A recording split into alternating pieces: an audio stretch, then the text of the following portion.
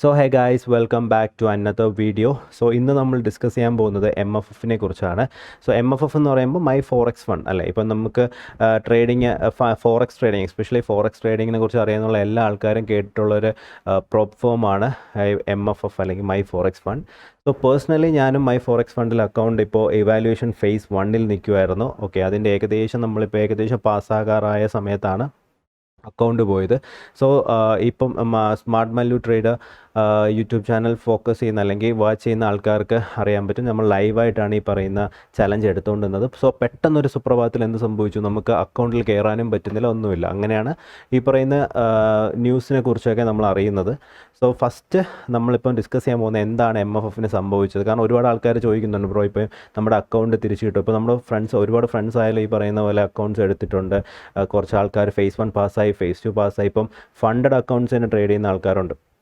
So അവരൊക്കെ നമ്മളോട് ചോദിക്കും എന്തായാലും ഇപ്പോഴത്തെ ഒരു കറണ്ട് സിറ്റുവേഷൻ. സോ നമുക്ക് ജസ്റ്റ് ഒന്ന് അനലൈസ് ചെയ്ത് നോക്കാം. നമുക്കും അറിയത്തില്ല എന്തായാലും സംഭവിക്കാൻ പോകുന്നത്. പക്ഷേ നമുക്ക് ഇപ്പോഴത്തെ മൈ ഫോറക്സ് ഫണ്ടിൻ്റെ പ്രസൻ്റ് ആയിട്ടുള്ള അലിഗേഷൻസും അല്ലെങ്കിൽ എന്തൊക്കെ ഇഷ്യൂസാണ് അവരിപ്പം ഫേസ് ചെയ്തുകൊണ്ടിരിക്കുന്നത് നമുക്ക് ജസ്റ്റ് ഒന്ന് അനലൈസ് ചെയ്ത് നോക്കാം. ഓക്കെ, സോ ഫസ്റ്റ് ഇപ്പോൾ നമുക്ക് ആ ഒരു ദിവസം, അതായത് ഏകദേശം ഒരു 2 ദിവസം മുമ്പ് ഈ പറയുന്ന നമ്മൾ മൈ ഫോറക്സ് ഫണ്ടിൻ്റെ അക്കൗണ്ട് നമ്മൾ ലോഗിൻ ചെയ്യുന്ന സമയത്ത് ഈ ഒരു മെസ്സേജ് ആയിരുന്നു പോപ്പപ്പ് ചെയ്തത്. ഇതിൽ പറയുന്നതെന്ന് വെച്ച് കഴിഞ്ഞാൽ ജസ്റ്റ് അതായത് ഈ പറയുന്ന നമ്മൾ റെഗുലേറ്ററി കമ്മീഷൻസ് അവരുടെ ബാങ്കിങ് സ്റ്റേറ്റ്മെൻറ്റും അല്ലെങ്കിൽ അവരുടെ ഓർഡേഴ്സും ഈ പറയുന്ന കാര്യങ്ങളെല്ലാം ഫ്രീസ് ചെയ്തിട്ടുണ്ട്. കാരണം അവർക്ക് ഒരുപാട് ഈ പറയുന്ന ഇവർക്കെതിരെ കംപ്ലയിൻസ്, മൈ ഫോറക്സ് ഫണ്ടിനെതിരെ ഒരുപാട് കംപ്ലയിൻസ് ഒക്കെ രജിസ്റ്റർ ചെയ്തിട്ടുണ്ട്. സോ അതിനെക്കുറിച്ച് ഫേർദർ ആയിട്ടുള്ള ഒരു ഇൻവെസ്റ്റിഗേഷൻ നടത്തിയതിന് ശേഷം മാത്രമേ ഫേർദർ ആയിട്ടുള്ള ട്രാൻസാക്ഷനൊക്കെ നടത്താൻ പറ്റത്തുള്ളൂ. സോ അതുവരെ, അതായത് ഏകദേശം സെപ്റ്റംബർ 11 ഈ പറയുന്ന ഇന്ന് സെപ്റ്റംബർ 3 ആണ്.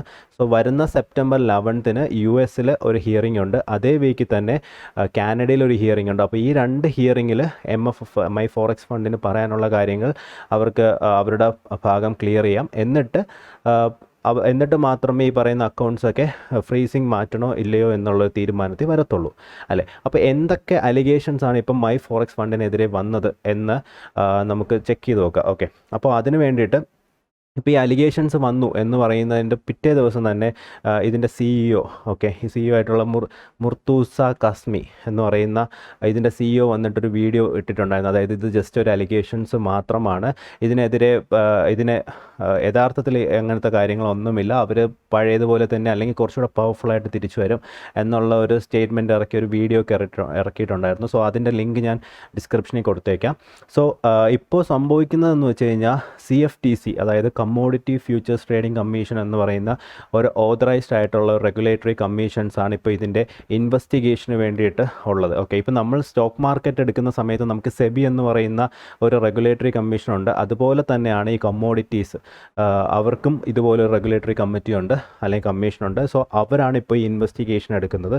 സോ അവർക്ക് കിട്ടിയ അല്ലെങ്കിൽ അവർ പബ്ലിഷ് ചെയ്ത ഇപ്പോൾ ഒരു നോട്ടീസ് അവർ റിലീസ് ചെയ്തിട്ടുണ്ട്. സോ അതിൻ്റെ ലിങ്ക് ഞാൻ ഡിസ്ക്രിപ്ഷനിൽ കൊടുത്തേക്കാം.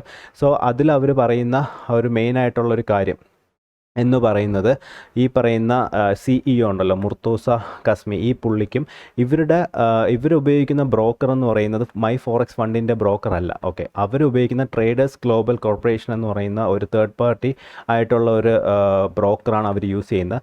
സോ ഇവർക്ക് 2 പേർക്കും എതിരെ, അതായത് ഈ പറയുന്ന ട്രേഡേഴ്സ് ഗ്ലോബൽ കോർപ്പറേഷനും നമ്മുടെ മുർത്തൂസ കസ്മി, അതായത് നമ്മുടെ CEO ഓഫ് MFF, ഇവർക്ക് 2 എതിരെയാണ് അലിഗേഷൻസ് വന്നിട്ടുള്ളത്. അതിൽ മെയിൻ ആയിട്ടുള്ള ഒന്നെന്ന് പറയുന്നത് ഈ പോൺസി സ്കീമാണ്. പോൺസി സ്കീം എന്ന് വെച്ചാൽ ഇത്രയേ ഉള്ളൂ. അതായത് ഇപ്പോൾ നമുക്ക് കുറേ എക്സിസ്റ്റിംഗ് ആയിട്ടുള്ള ഇൻവെസ്റ്റേഴ്സ് ഉണ്ട്. അതായത് ഇപ്പോൾ ഞാനായാലും നിങ്ങളായാലും നമ്മളിപ്പോൾ കുറേ ആൾക്കാർ ഈ പറയുന്ന ഫണ്ടഡ് അക്കൗണ്ട്സ് എടുക്കാൻ വേണ്ടിയിട്ട് നമ്മൾ ഫീ അടയ്ക്കുമല്ലോ. അപ്പോൾ അതിൽ 95% ആൾക്കാരും ഫെയിൽ ആകാറാണ് ഉള്ളത് അല്ലേ. ഏത് കണക്കെടുത്ത് നോക്കിയാലും അത്രയും ഫെയിൽ ആകുന്നുണ്ട്. അപ്പോൾ ഈ ഫെയിൽ ആകുന്ന ആൾക്കാരുടെ പൈസ ഉണ്ടല്ലോ, എൻ്റെയും നിങ്ങളുടെ ഈ പൈസ എല്ലാം കൂടി ഇവർ അക്യുമുലേറ്റ് ചെയ്തിട്ട് ഇപ്പോൾ ചിലപ്പോൾ ബാക്കി 5% ആൾക്കാർ ഇതിൽ പാസ്സാവും അല്ല. ഈ 5% പാസ്സാകുന്ന ആൾക്കാർക്ക് അവരുടെ പ്രോഫിറ്റ് സ്പ്ലിറ്റ് ചെയ്ത് കൊടുക്കുന്നത് ബാക്കി 95% ആൾക്കാർ ഫെയിലാകുന്ന കാശ് കൊണ്ടാണ്. മനസ്സിലായോ? അതാണ് ഈ പറയുന്ന ഇവരുടെ ഫസ്റ്റ് അലിഗേഷൻസ്. സോ അതിനു വേണ്ടി, അതായത് 95% ആൾക്കാർ തോൽക്കാൻ വേണ്ടിയിട്ട് ഇവർ കുറച്ച് എക്സ്റ്റേണൽ ആയിട്ടുള്ള സോഫ്റ്റ്വെയർസ് അല്ലെങ്കിൽ കുറച്ച് എക്സ്റ്റേണൽ ലിക്വിഡിറ്റി പ്രൊവൈഡേഴ്സിൽ നിന്നുള്ള ഹെൽപ്പ്, അങ്ങനത്തെ ഒരുപാട് കാര്യങ്ങൾ ചെയ്തിട്ടുണ്ടെന്നാണ് ഇപ്പോഴത്തെ അലിഗേഷൻസ് വന്നിട്ടുള്ളത്.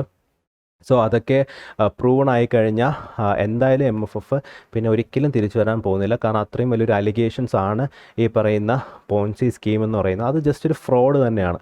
ഓക്കെ, അപ്പോൾ അങ്ങനത്തെ ഒരു ഇൻവെസ്റ്റിഗേഷൻസ് രീതിയിലാണ് ഈ പറയുന്ന CFTC മുന്നോട്ട് പോകുന്നത്. പിന്നെ ഉള്ളത് മെയിനായിട്ടുള്ള കാര്യം എന്ന് പറയുന്നത് എന്താ നമ്മുടെ ഈ പറയുന്ന അതായത് എക്സ്റ്റേണലായിട്ട് ഉപയോഗിക്കുന്ന സോഫ്റ്റ്വെയർസ്, പിന്നെ ഈ പറയുന്ന നമ്മുടെ CEO ഉണ്ടല്ലോ, ഈ പുള്ളിക്കാരൻ നമുക്ക് നമ്മൾ കൊടുക്കുന്ന പൈസയിൽ നമുക്ക് ഫെയിൽ ആവുന്ന ആൾക്കാരുടെ പൈസ ഉണ്ടല്ലോ, ഇത് വെച്ചിട്ട് ഒരുപാട് ലക്ഷറി ആയിട്ടുള്ള കാര്യങ്ങൾ മേടിക്കുകയും മില്യൺസ് ആൻഡ് ബില്യൺസ് ഓഫ് ട്രാൻസാക്ഷനൊക്കെ നടത്തുകയും ഒക്കെ ചെയ്യുന്നുണ്ട്. സോ അതിൻ്റെ ഒരു ഇൻവെസ്റ്റിഗേഷൻ നടക്കുന്നുണ്ട്. സോ ഇത് മുമ്പും നടന്നിട്ടുണ്ട്. ഓക്കെ, ഈ ഫണ്ടിങ് ടാലൻസ് എന്നൊക്കെ പറഞ്ഞിട്ട് ഒരുപാട് പ്രോപ്ഫോംസ് വന്നിട്ടുണ്ട്.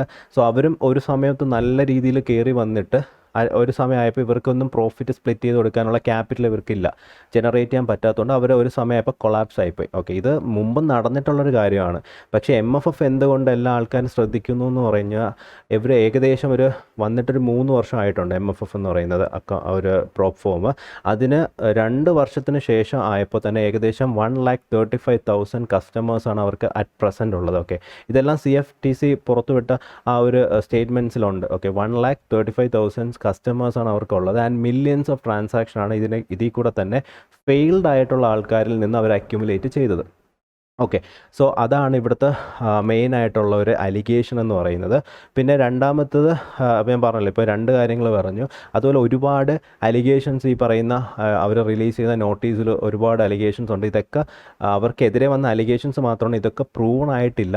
സോ അതിന് ശേഷം ഈ പറയുന്ന ഹിയറിങ്ങിന് ശേഷം MFFൻ്റെ സൈഡും കൂടെ കേട്ടിട്ടായിരിക്കും ഇത് റിയൽ ആണോ അല്ലെങ്കിൽ അലിഗേഷൻസ് മാത്രമാണോ എന്നുള്ള ഒരു കാര്യം പറയാൻ പറ്റുന്നത്. സോ ഇപ്പോൾ ഉള്ള ഒരു സിറ്റുവേഷൻ വളരെ മോശമാണ് MFFന്. കാരണം ഈ പറയുന്ന കാര്യങ്ങളൊക്കെ പ്രൂവൺ ചെയ്ത് കഴിഞ്ഞാൽ MFFന് മാത്രമല്ല ഇതുപോലെ പ്രവർത്തിക്കുന്ന പ്രോപ്ഫോംസ് എല്ലാം പൂട്ടിപ്പോകും. അവർ നല്ല രീതിയിലുള്ളൊരു ഫൈൻ അടയ്ക്കേണ്ടി വരും.